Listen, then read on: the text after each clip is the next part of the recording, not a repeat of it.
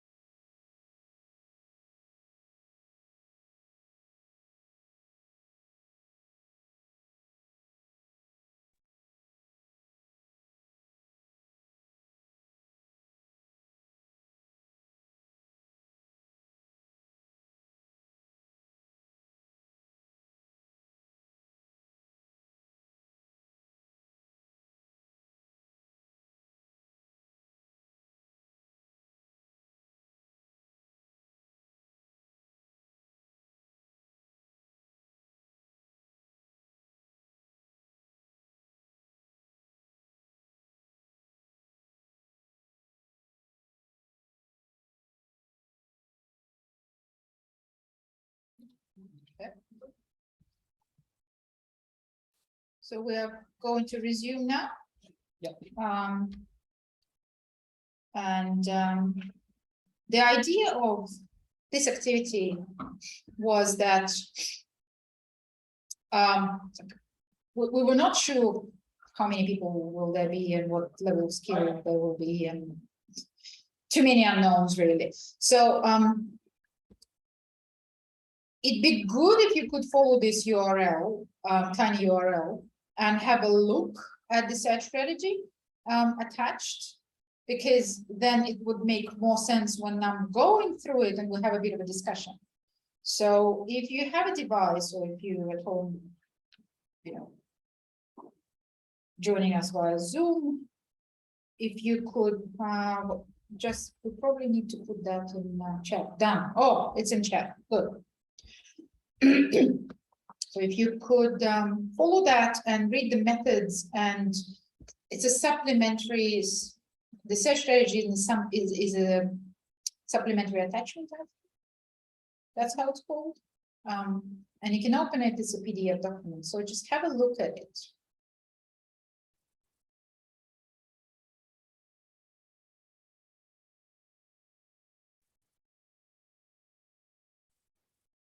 And don't worry about press checklist, just have a look at it and apply your own judgment at the moment.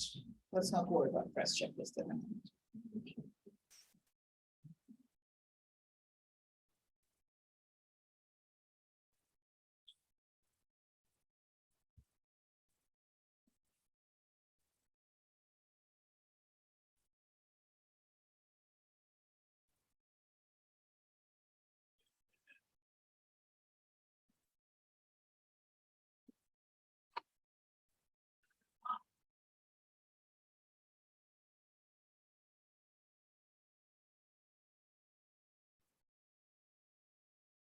Maybe just a couple of minutes, just having a look through the search strategy, and what do you think?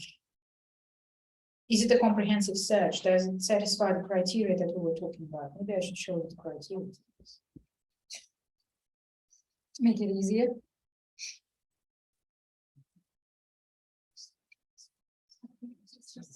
Sorry, the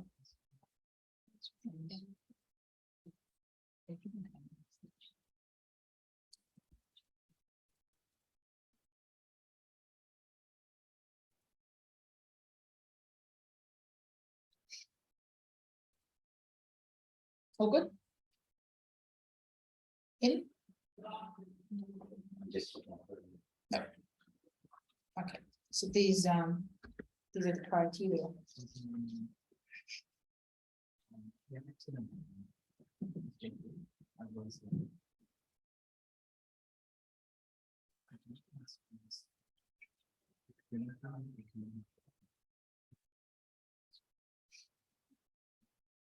Yeah.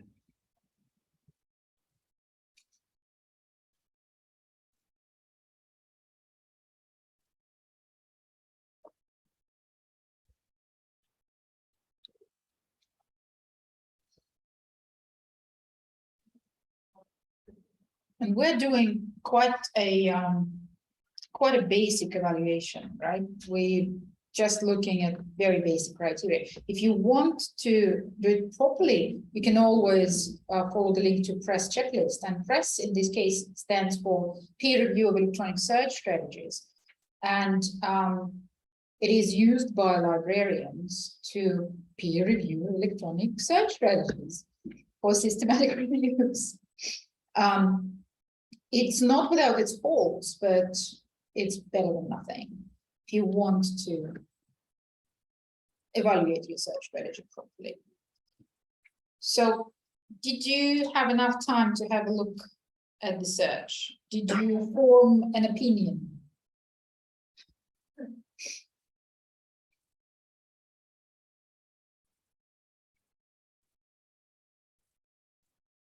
Do you want to say a word if you about what you think about this search? And let me bring it up on screen.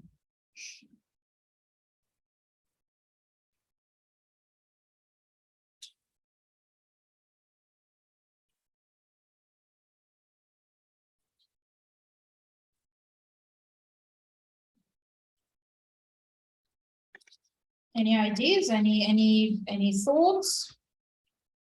Is it okay? Is it not okay? Yeah, I would have done the same. Nah, I would never do it this way. I can guess maybe that hospital organization. I'm guessing that hospital maybe is a concept.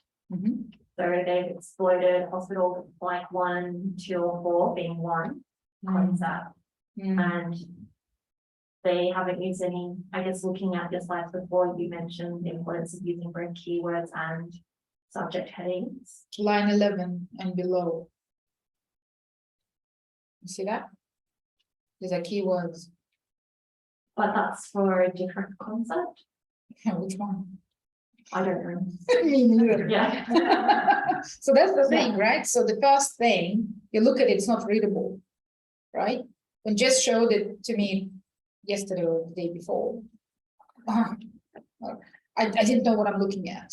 Because remember this one? Yeah. You look at it and you understand what you're talking about. You understand, even without having the question written down, you understand what the concepts are and what is the author interested, what overlap of concepts the authors are interested in.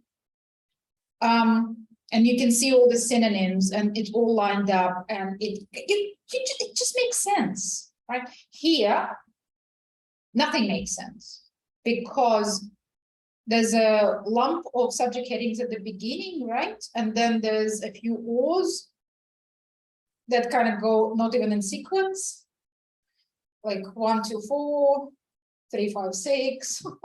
Why? Like, and then there is an end, and there's more concepts, and there's another or. Like it's a mess. So in terms of transparency, just a second. In terms of transparency and clarity of conceptual breakdown, this is dog's breakfast. This is really hard to read and even harder to reproduce. Yes? Just a comment from my side. It looks something like somebody would do for a literature review in terms of putting different concepts and seeing if something is coming up. It's not, let's say, a systematic review. We usually call it a scoping search when you just sort of navigating around. navigating around and trying to figure out what is that you looking for. Is it the right word? Is this the right concept? Is it what I'm thinking it is? And things like that. Yeah, and it's a first draft as well. Like in the first draft, you just, oh, what if I combine this with that? Or what if I add this here? And then I move here. You don't submit your first draft ever of anything. Why has it been attached as a search strategy? So yeah, there are lots of issues here. And the funny thing was, when Jess and I looked at the topic, the question, the way it's formulated, we kind of got excited because it's a very clearly and well formulated topic. But apparently it's not enough. Even with a clearly formulated topic, you can screw up the search strategy. So I made an attempt, very basic attempt at a concept table, which is a very visual and helpful way of understanding what concepts are you going to combine and why and how, right? So we have 3, when you look at the question, automation of in-hospital pharmacy dispensing. So let's break it into automation, in-hospital pharmacy, and dispensing.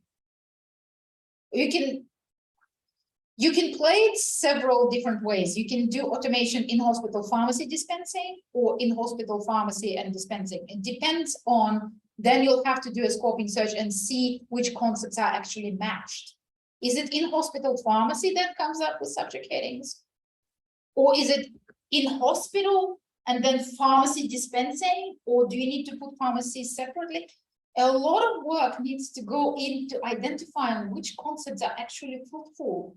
Which one you need, it's not an automatic process. It's a process of painful discovery. And this is probably where a lot of frustration is happening in research process, because you just don't know, is this the right one? Is it not? What if it merges the two?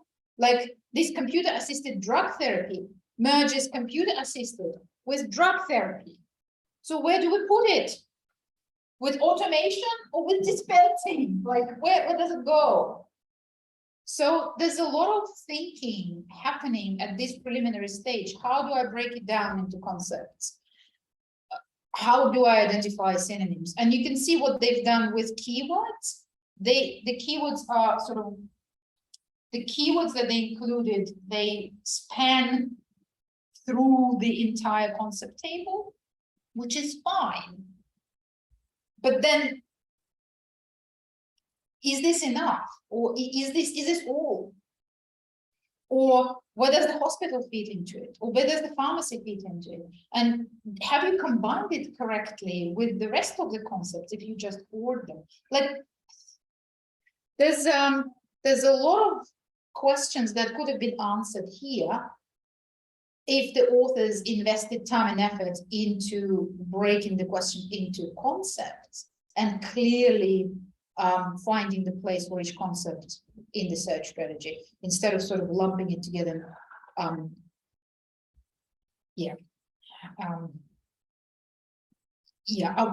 wouldn't submit this as a published search strategy because that's just embarrassing. So hopefully it all makes more sense now, taken all together. And the final couple of slides that I've got are basically about additional resources and tools that you might or might not know about. Recently, in the past few years, really, even when I started 7 years ago, we were not talking about software supporting systematic review process. We were just making do with EndNote, which is fine, EndNote can do the job. But now there is software, and it's just a few examples here. There is more out there. Some of them are free, some of them are subscription, some of them are paid for, some of them are free subscription, but if you exceed the number of authors, you need to pay for. So there are lots of options out there, depending on your resources and your inclinations and your organization, you might find something that works for you, that doesn't work for you, and find something else. Yes. Are they all quite similar, or are there ones which offer certain features which you think would be good, or is there one that you recommend?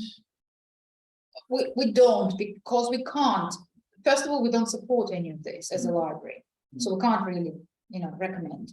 All we can say is that, for example, Copydence is a Cochrane software. They created it. So if you trust Cochrane, if you trust their process, they've created a software that replicates that process, and they put a lot of effort into blinding the screening process, for example. Okay. Right? And from what I hear, it's quite intuitive to use. Mm-hmm. So, and it's free for first couple or first one for the first review, if you don't exceed two reviews, something like this. So it's really hard to give advice in this respect. Ryan, for example, last time I checked was free, but you need to see if it works for you. If, like with any computer-based stuff, some things can work for you and some don't. We just don't like how it flows, for example. Distiller is paid service, so you need to pay for that. Revman, I think that's for creating force plots. Yep. That's a specific part of the process covered. So really, we do not recommend. The only thing I can say, for example, if you use Mendeley as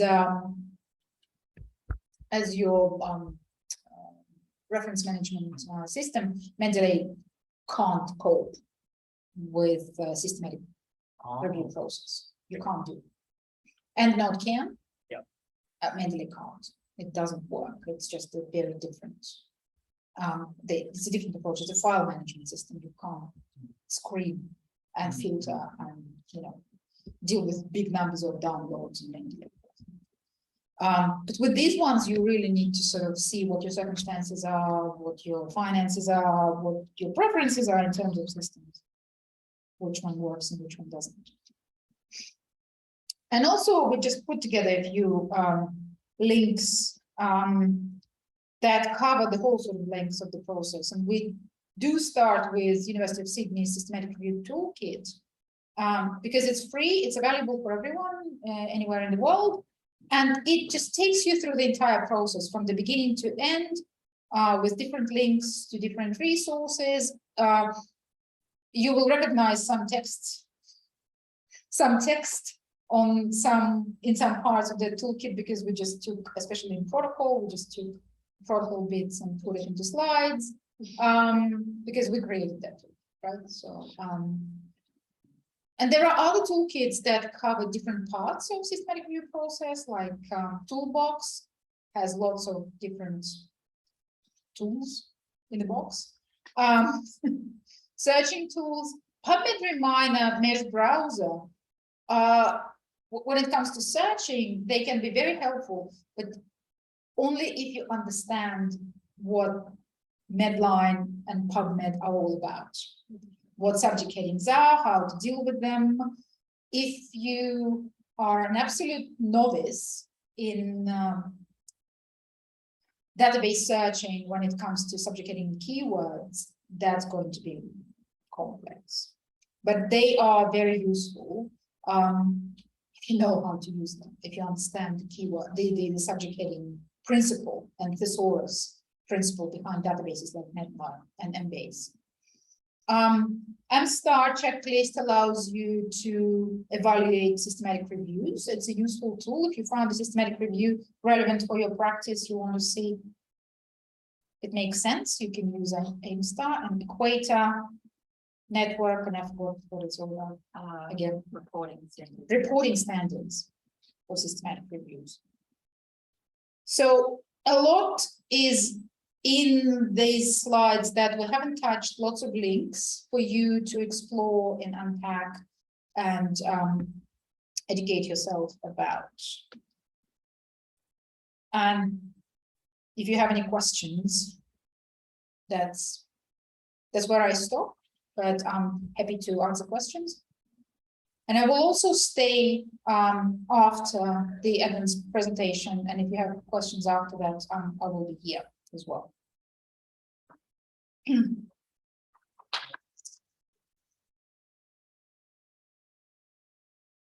Edwin, Yeah. taking over. I'll take over. Do you want this? No, I'll just stand here. Just turn it on.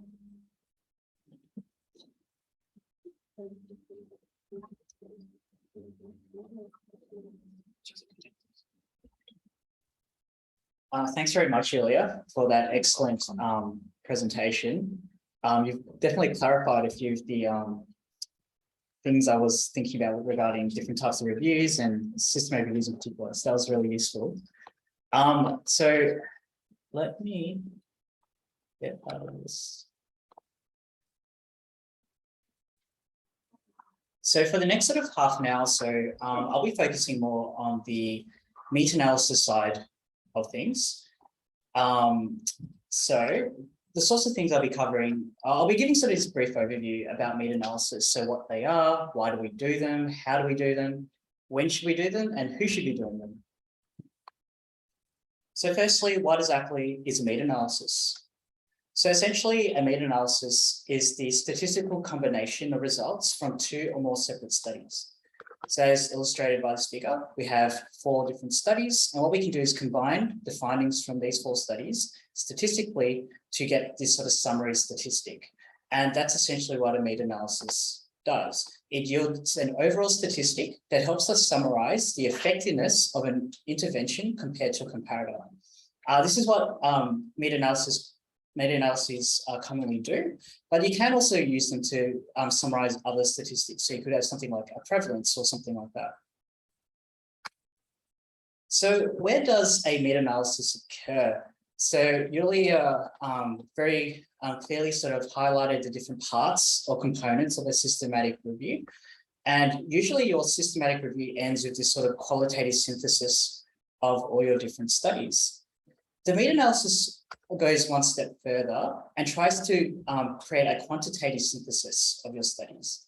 So what you can see here is that we had 52 studies in our systematic review, but only 26 were actually included in the final meta-analysis. So these were studies which were deemed to be appropriate to be combined in a meta-analysis. And we'll talk a bit later about what these features might be.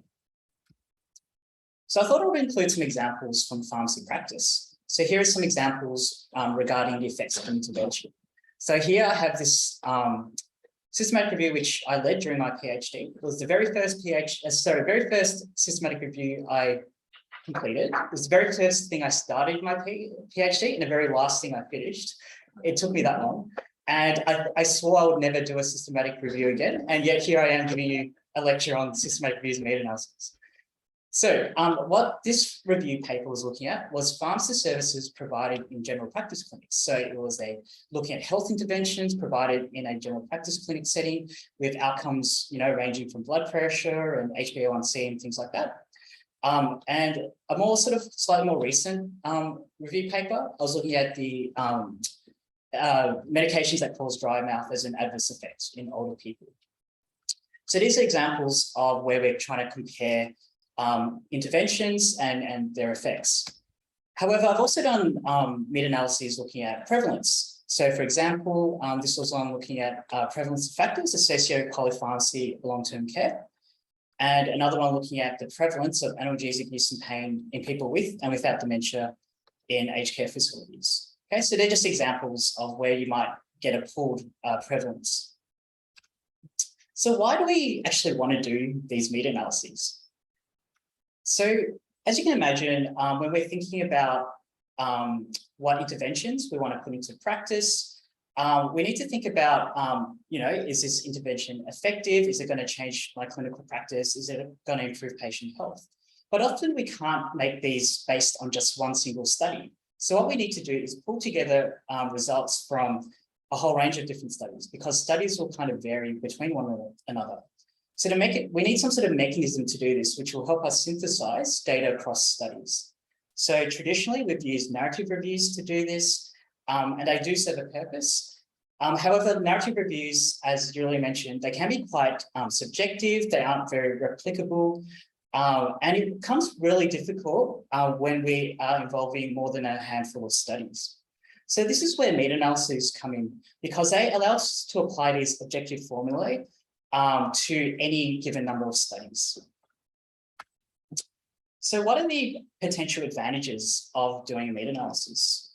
Well, meta-analyses help us to increase power, so they allow us to increase the chance of us detecting an effect. They also improve precision. So by essentially increasing the sample size of what we have, by pulling together all of these different studies, we are going to get more precise estimates.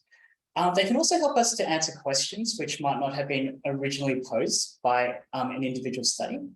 So as you can imagine, each study, although they might be looking at a similar question, there might be slight variations in the characteristics of the studies, whether that's the population, maybe slight differences in setting, things like that. So by by pulling together different studies, we can look at these different factors to see whether they influence the effect we see. Another example might be looking at where studies have had some sort of primary outcome or primary aim, but they've also looked at secondary outcomes, which might not be the sort of primary aim of the study. We can then combine these from multiple studies and look at those secondary outcomes as well. They can help us to settle controversies that may arise from apparently conflicting studies. So you might have one study which shows a large effect, another one which shows a small effect. You might have a study in one direction, another study in a different direction. So by performing meta-analyses, we can kind of pull this all together and see what this sort of average effect would be. And they also allow us to generate new hypotheses. So by pulling together different studies, we might see, oh, actually, we found that it's got an effect in this direction, which we weren't expecting. So why might that be happening? So it helps us to generate these new hypotheses. So using that example from before, looking at medications that cause dry mouth as an adverse effect, some of the advantages of doing a meta-analysis here was that it helped to increase power and improve precision. Because essentially what I was doing was pulling together these individual clinical trials, which often have small numbers of participants, and then creating this big sort of sample size trial. It also helped to answer questions that weren't posed by the individual studies. So the primary aim of these studies were generally efficacy trials, so looking at the effectiveness of a medication for some surrogate marker.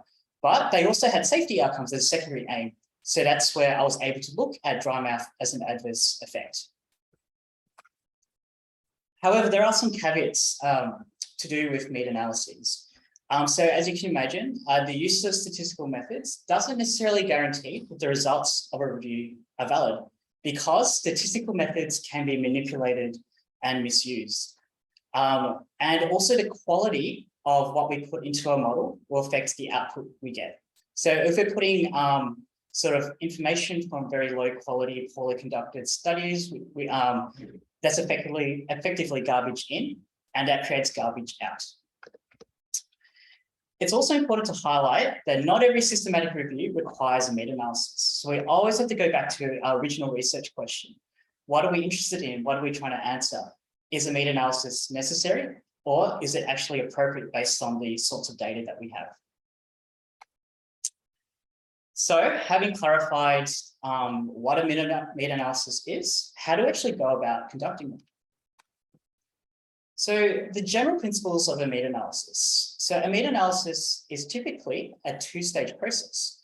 So what we do in the first stage is we calculate a summary statistic for each of the studies that we're putting into our analysis to describe the observed intervention effect in the same way for each of those studies. After doing that, we then do a sort of combined intervention effect estimate calculated as a weighted average across all the different studies. Okay, so the weighted average takes into account the estimate from each individual study, but also the weight. So larger studies will give bigger weight to the analysis, whereas smaller studies will give less weight. And this allows us to calculate a weighted average. So I'll use, again, the dry mouth example. And here I'll focus on one part of our meta-analysis, which looked at urological drugs compared to placebo for causing dry mouth. Here we've dichotomized dry mouth into having dry mouth versus not having dry mouth. For the urological drugs, as you can imagine, there's different drugs which fit under this class. So I'll focus on this top one, looking at tolterodine. So remember from the first step, what we need to do is calculate a summary statistic for each study. So for tolterodine, we have 4 studies contributing. The first study by Chung, 2011, had this information. So we have information on those who used urologicals and those who used placebo, the total number of individuals in each, and then how many events of dry mouth occurred in each of those. We then calculated an odds ratio with a confidence interval about that odds ratio. So some of you, most of you should be familiar with odds ratios, but as a refresher, here is how we calculate an odds ratio. So for our dichotomous outcome and our exposure and unexposed, we put everything into what's called a 2x2 contingency table. So in the columns, we have the outcome, yes or no. And in the rows, we have exposure, yes or no. So in this case, the outcome is dry mouth, yes or no, and use of a urological drug, yes or no. We then have these numbers here, A, B, C, D, and their totals. And the way odds are expressed, it's the odds in the, the odds in the exposed would be the number having the outcome versus those not having the outcome, so A over B. And in the unexposed, it would be C over D. So the odds ratio is essentially the ratio of these two odds. And so it's A over B over C over D, which algebraically simplifies to A times D over B times C. So that's our odds ratio. So using Chung 2011 as an example, we can basically plug in those values. So if you recall, we had 50 people using a urological drug and 7 had dry mouth. That leaves us 43 who didn't have dry mouth. And we do the same for placebo. So 87, 5 having dry mouth, and thus 82 not having dry mouth. We then calculate the odds for those using a urological drug. So 7 over 43. And then the odds in those using placebo. So 5 over 82. Plug in the values and we get 2.67, which was what we found.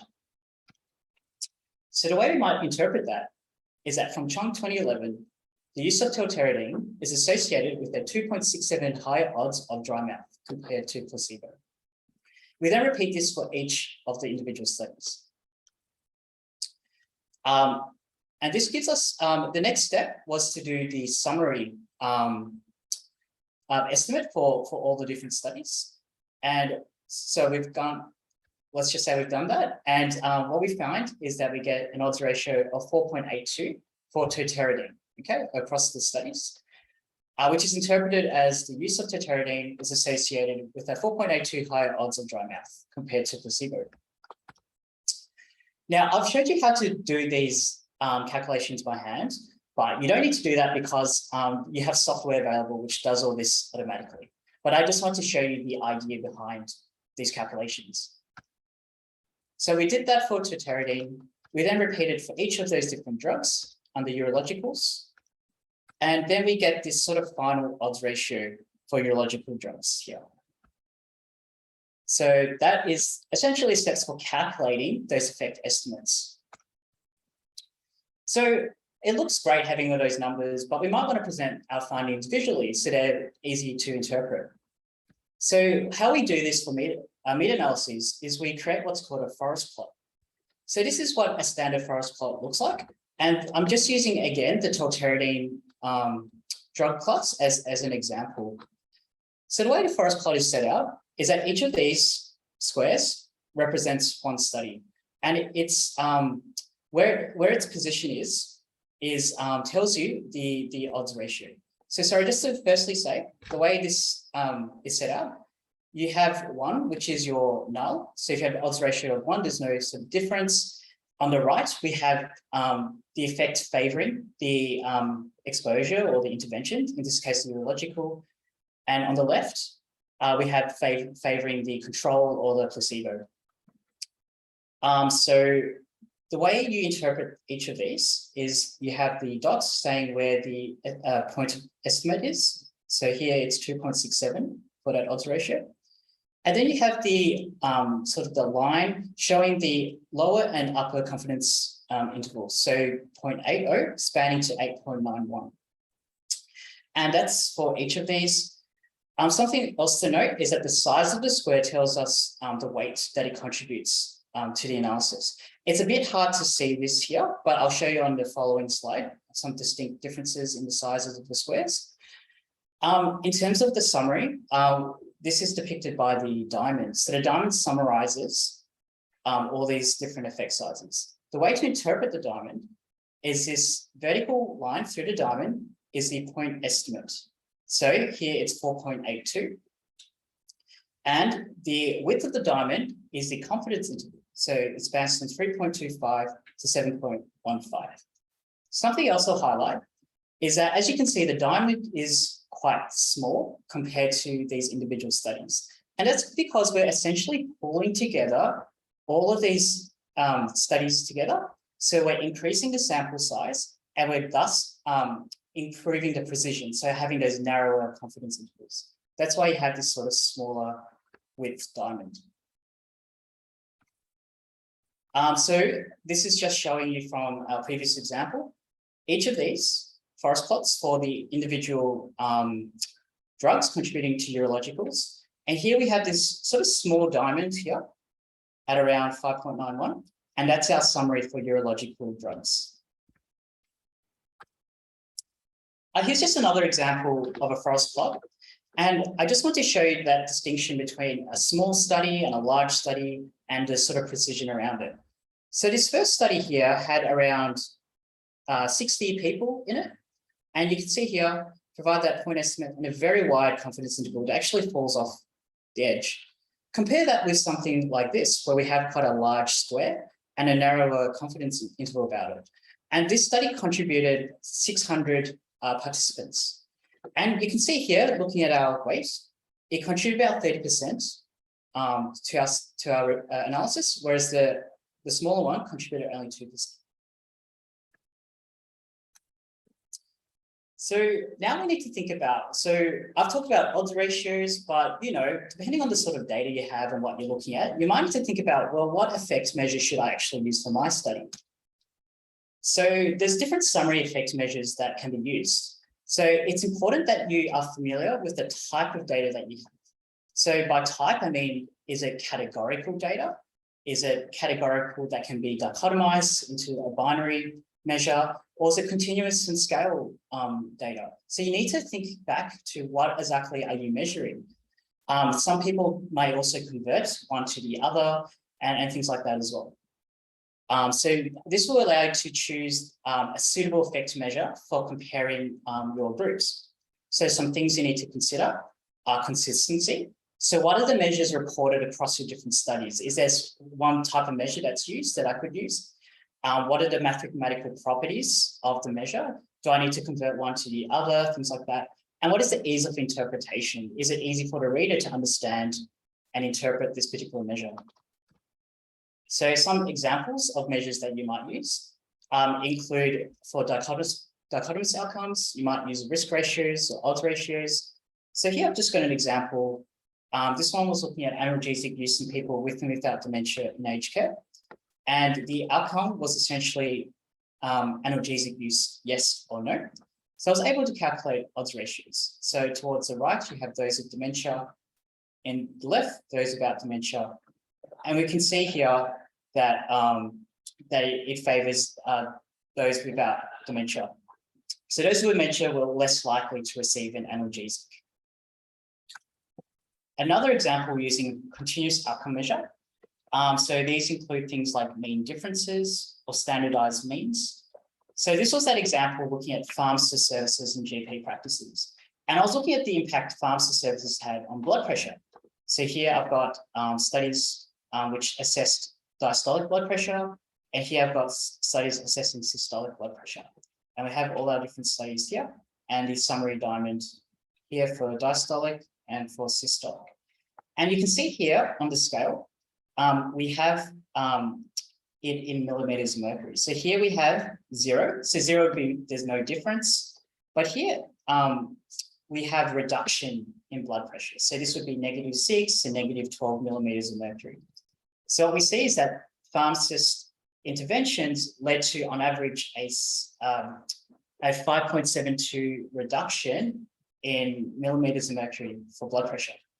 So in this case, we used a mean difference as our measure. So when can I do a meta-analysis? So a meta-analysis should only be performed if you have a group of studies that are similar. And we call this similarity homogeneity, okay? So at the very minimum, studies should be homogeneous in terms of these factors. They should be similar participants, they should be assessing similar interventions and assessing similar outcomes. This allows us to then make sure that our meta-analysis can draw a meaningful conclusion. Heterogeneity, on the other hand, is any kind of variability amongst studies. Heterogeneity can occur because of the clinical diversity. So this is where there's differences in our participants, in our interventions, or in outcomes across studies. We can also have what's called methodological diversity, which is due to variability in the study design. These can then contribute to statistical heterogeneity, where the observed intervention effects differ between studies because of chance. So they differ because of these differences in clinical diversity or methodological diversity, but it's not because of the actual effect of the intervention.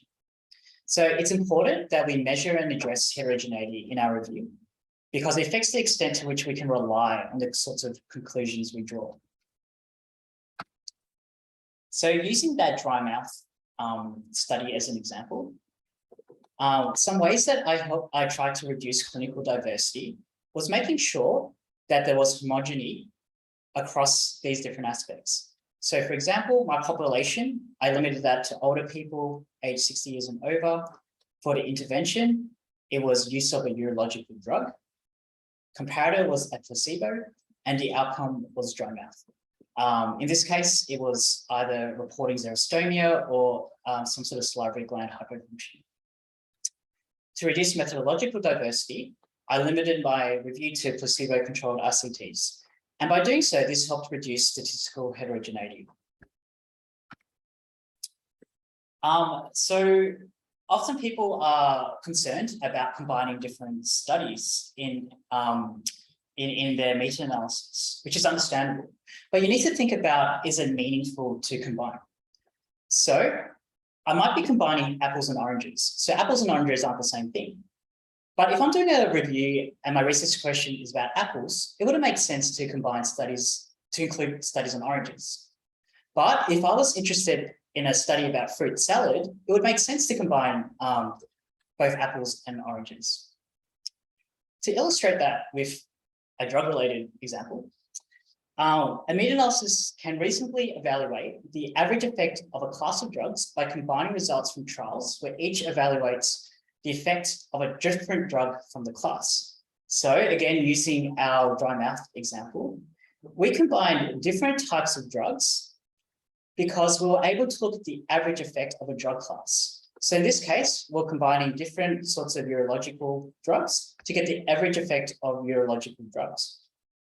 I could have gone a step further, and then I could have said, what is the effect of dry mouth causing drugs?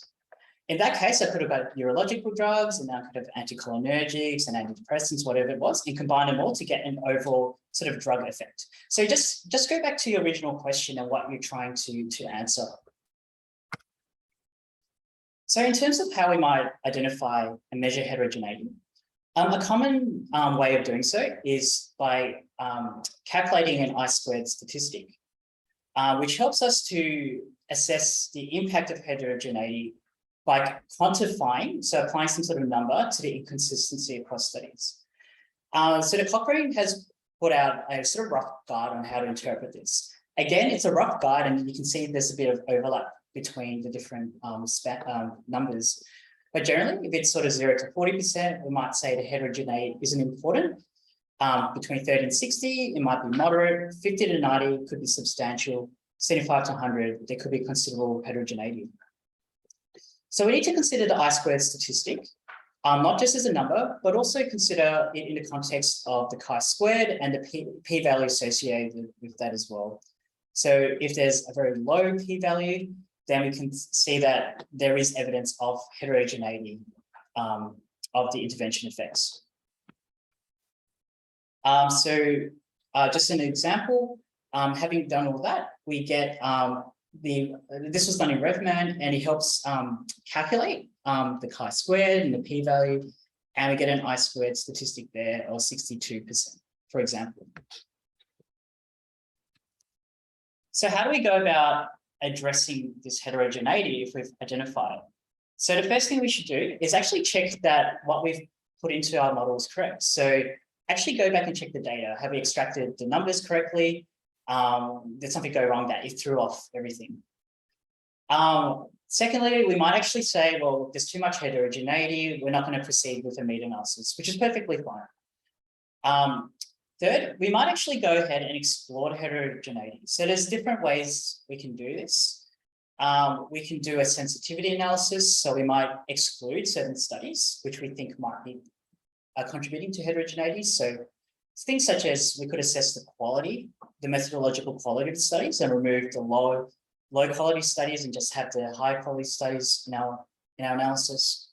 We might perform subgroup analysis. So if we think there's certain characteristics or factors for the studies, we might perform subgroup analyses. So we might do that based on, for example, geography. So we think we might have different countries, and we might do separate analyses by different countries. We might do adults and children. We might do different things like that. So just whatever sort of characteristics you think might be contributing to heterogeneity, we can then do subgroups on that. And then we have meta regression, which is another option, not super common, but it is another option you can do, where we can explore and see whether there's, again, certain factors which are driving the heterogeneity. Again, things like geography or the study year or the quality of a study. We can see if there's certain characteristics of the studies which are associated with heterogeneity. We could ignore heterogeneity, which probably isn't the best, but if we can't think of a workaround and we think we should proceed, then I guess we could do that, as long as we acknowledge that we have assessed it and the degree of heterogeneity there is. We could perform a random effects meta-analysis. We tend to do this anyway. Well, I recommend you do this anyway, especially for meta-analyses of health interventions or things like that, where you think there is going to be differences in the effects across different studies anyway. So we're not thinking that an intervention is always going to give this fixed effect, where you might use a fixed effect model. Generally, we'd use a random effects model in this circumstance. We may reconsider the effects measure we use as well. And as mentioned before, we can exclude studies and do a sensitivity analysis. So you're not expected to do all this sort of manually and all that. There is software which can help you conduct a meta-analysis. So some common ones include those which are specific for meta-analysis. So things like RevMan, which is fairly available. Another example is the comprehensive meta-analysis software, but you need to pay for that, but that's quite user-friendly. But then there's also your statistical packages which allow you to do meta-analysis as well. So examples, data are Excel. So often they might have certain functions which allow you to do meta-analysis, or certain add-ons or macros, things like that. There's a wealth of information online, so some useful tutorials and resources. But I highly recommend that you do consult a statistician as well if you plan to do a meta-analysis, because they'll help you to see whether it's appropriate and the best way to proceed with it. In terms of who should do a meta-analysis, a lot of different people can do a meta-analysis. So pharmaceutical companies use this to gain approval for new drugs, because regulatory agencies are now requiring meta-analysis to be part of the approval process. Clinicians and applied researchers such as yourself working in pharmacy, but across other disciplines as well, can use meta-analysis to determine which interventions are effective. And these can be used to inform your clinical practice guidelines as well.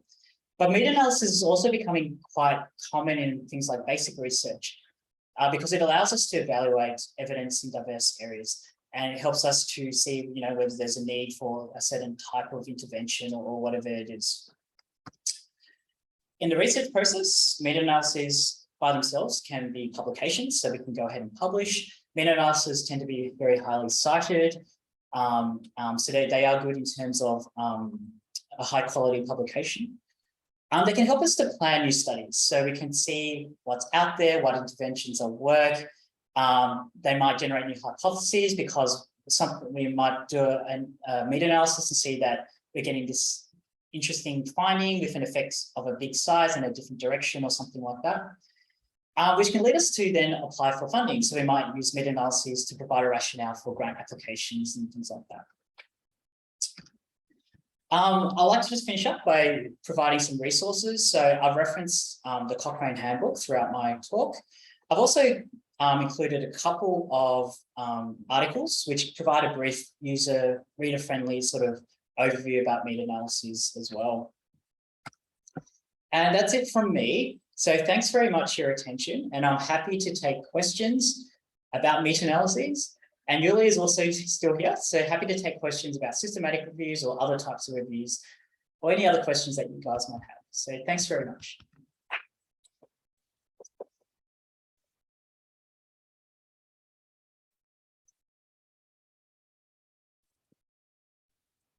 Okay, Basil, do you have any questions?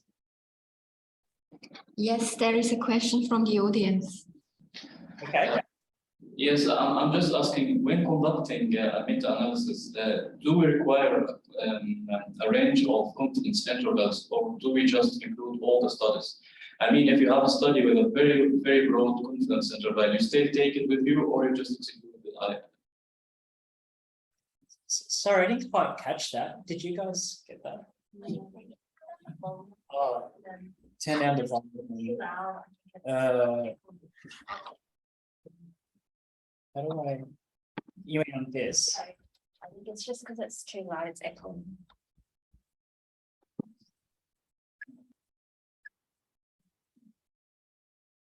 Oh, sorry, could you please repeat the question? Yes, of course. I was just asking, when we conduct a meta-analysis, do we require a range of confidence interval in the included studies, or we just include all the studies we have? I mean, if you have a study with very broad confidence interval, you still take it with you in the analysis, or what do you do with it? I think it's so that, Confidence intervals yeah, I think they're asking, do you need the confidence intervals? for the meta-analysis. So there's a couple of ways you can do it. If you've got the original studies with the data, you can actually just input into the where is it?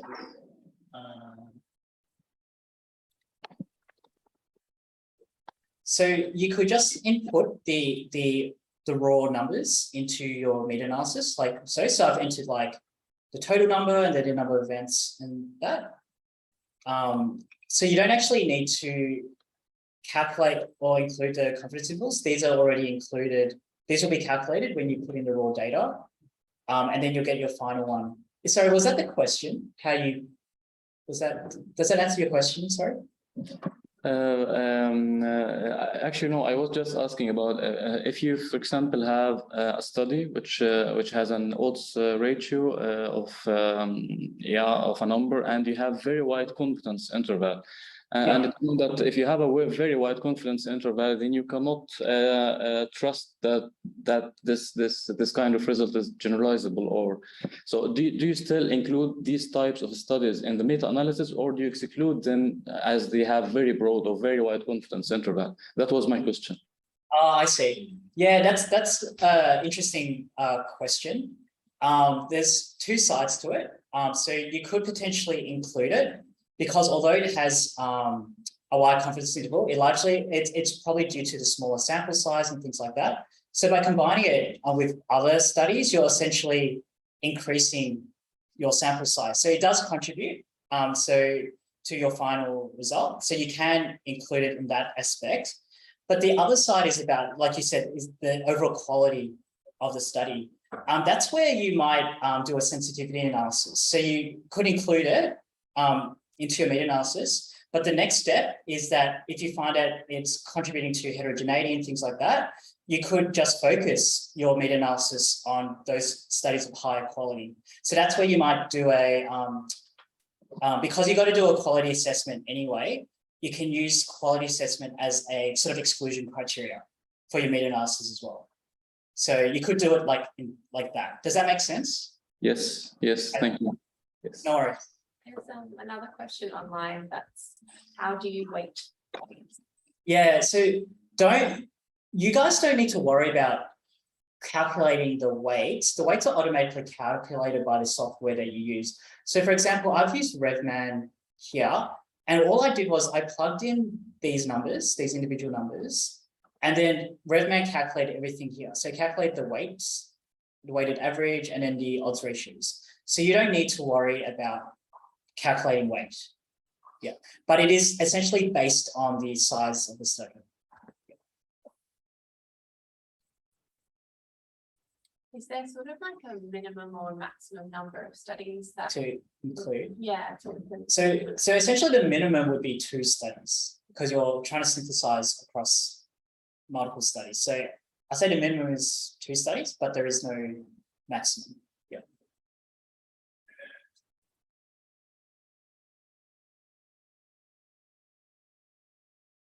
Yeah. Was there any other questions? No? Nothing on Okay. Yes, another question from Basil, please. Yes. Yes, I think in your example, you're looking for the effect of the urological drug on dry mouth, right? And you use a meta-analysis. And I think in the territory, you conclude that the urological drug can cause dry mouth in your meta-analysis. But looking for when you subgroup analysis, I think there is one drug that not cause dry mouth, because I think the dry mouth depend on mechanism of action of individual drug. So if you conclude that the urological drug cause dry mouth, but there is at least one drug that doesn't cause dry mouth. So can you conclude that dry mouth cause sorry, can you conclude that the urological that cause dry mouth? Because it's not all group of urological drugs. Yeah, so I guess there could be circumstances where you have I think you're referring to it might be easier to see on the forest plot. But like most caused dry mouth, but then one kind of didn't. Yes, Is that- yes, that one, 1.16, yes. Yeah, this one, right.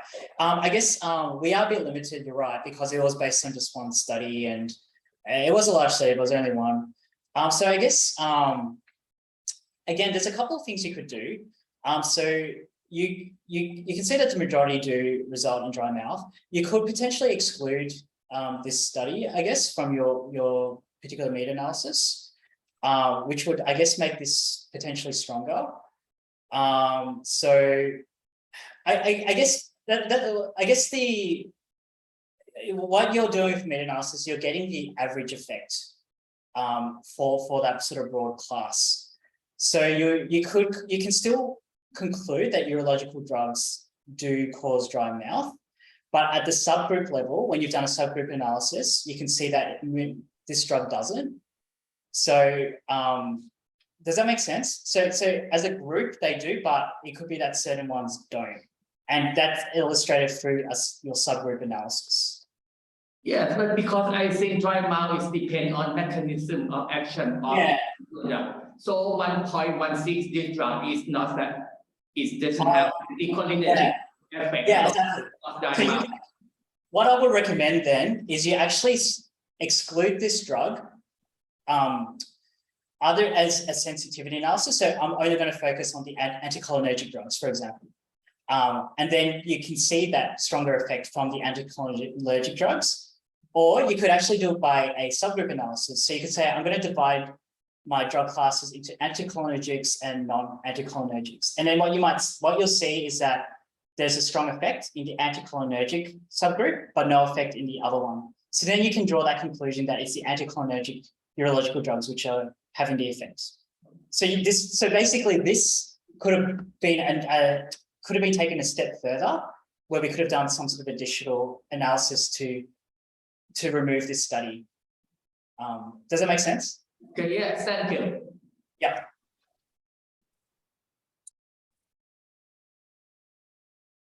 Are there any further questions? Okay.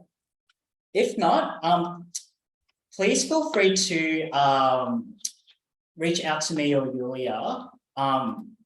So I've got my email address here, so feel free to email me. That's my Twitter, I don't use it, but you can follow me. But thank you so much for attending the session, really appreciate it. And I hope you guys got something out of it. I hope it's inspired you to talk to your librarian or talk to your statistician about these, because it isn't a straightforward process. And it's taken me years to really get my head around some of these concepts. So you're not expected to just understand everything all at once. So, take your time and feel free to reach out if you've got any questions. Okay, thank you.